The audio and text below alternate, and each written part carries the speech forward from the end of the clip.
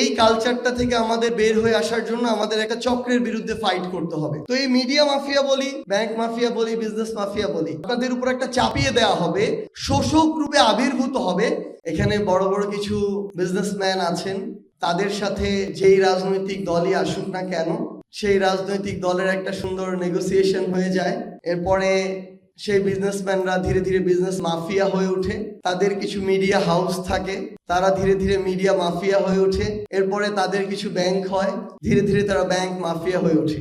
অল্প কিছু মানুষের কম্বিনেশনে একটা মাফিয়াদের এম্পায়ার হয়, যেই এম্পায়ারে আমাদের যারা যোদ্ধা এমএসএমইর সাথে সম্পৃক্ত, তাদের প্রবেশ করার যে দরজাটা, সেই দরজাটাই আসলে বন্ধ করে রাখা হয়। তো আমার ভাইয়ের একটা আইডিয়া ভালো লেগেছে যে আমরা এই যে অল্প কিছু মানুষ, তারা পলিটিক্যালি নেগোসিয়েশনের মাধ্যমে এই বিষয়গুলো কুক্ষিগত করে রাখে, এই কালচারটা থেকে আমাদের বের হয়ে আসার জন্য আমাদের একটা চক্রের বিরুদ্ধে ফাইট করতে হবে। বিগত 16 বছর ধরে কিংবা এরও পূর্বে থেকে বাংলাদেশের যে রাজনৈতিক দলগুলো, তারা ধীরে ধীরে এমন একটা কালচার নিজেরা এস্টাবলিশ করেছে এবং জনগণ এটাতে সঙ্গ দিয়েছে।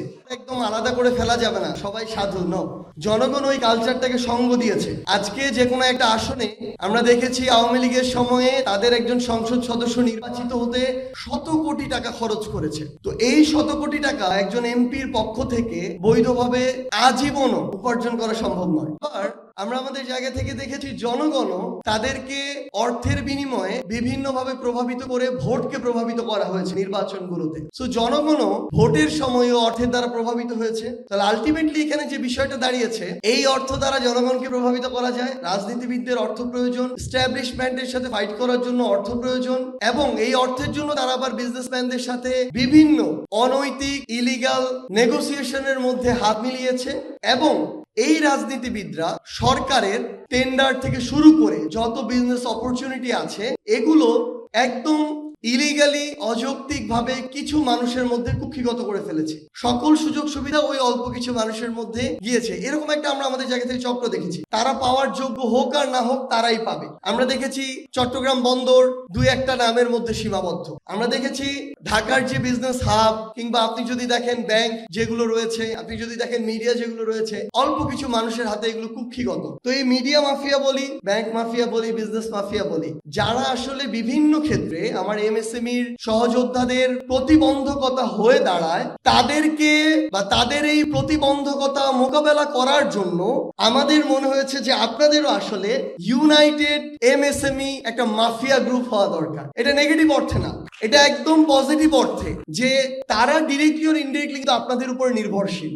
সেটা আপনারা যে ছোট ছোট বিষয়গুলো দিয়ে তাদেরকে সাপোর্ট করেন, তারা কি করে আলটিমেটলি আমরা যেটা দেখলাম যে বড় বড় মানে যেরকম টেন্ডার থেকে শুরু করে এভরিথিং যে বিষয়গুলো আছে বিজনেসের সাথে সম্পৃক্ত, তারা এগুলোর শুধু মানে একটা বড় উঁচু চেয়ারে বসে ছড়ি ঘুরায়। মাঠ পর্যায়ে বা ছোট ছোট পার্টে কাজ কিন্তু আমার এমএসএমই যারা রয়েছেন তারাই করে। তো তারা যদি তাদের জায়গা থেকে একটা ইউনাইটেড ফর্মে আসতে পারেন, যে একটা নির্দিষ্ট রেসপেক্টফুল একটা নেগোসিয়েশন এন্ড বিজনেস পর্যন্ত আপনাদের মধ্যে এই সমন্বয়টা থাকবে, কিন্তু যখন আপনাদের উপর একটা চাপিয়ে দেওয়া হবে, শোষক রূপে আবির্ভূত হবে, তখন আপনি যেন তাদেরকে ত্যাগ করে আপনারা একসাথে ইউনাইটেড হয়ে একদিকে দাঁড়িয়ে যেতে পারেন।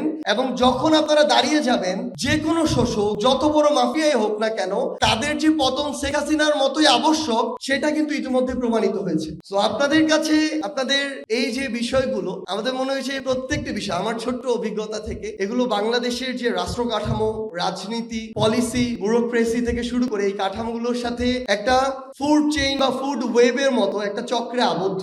সো আমরা শুধু নির্দিষ্ট একটা বিষয়কে বা শুধু বিজনেসটাকে যদি টার্গেট করি, অন্যান্য বিষয়গুলোতে আমাদের প্রতিবাদের ভাষা কিংবা আমাদের সৎ সাহসটুকু জারি না রাখি, তাহলে ওই একটা পার্টকে স্বচ্ছ করা, ভালোর দিকে নিয়ে যাওয়া খুবই টাফ, যখন আদার কানেক্টেড পার্টগুলো অলরেডি করাপ্টেড। সো আমাদের এই ভয়েসটা যেন আমাদের এই জায়গা থেকে শুরু করে বাংলাদেশের প্রত্যেকটি নীতি নির্ধারণের গুরুত্বপূর্ণ জায়গায় ছড়িয়ে পড়ে। যতদিন যে কেউ, পার্টি হোক, ব্যক্তি হোক, প্রতিষ্ঠান হোক, প্ল্যাটফর্ম হোক, সামগ্রিকভাবে দেশ এবং মানুষের কল্যাণের জন্য কাজ করবে, ততদিন আমাদের সমর্থন, আমাদের লড়াই তাদের পক্ষে থাকবে।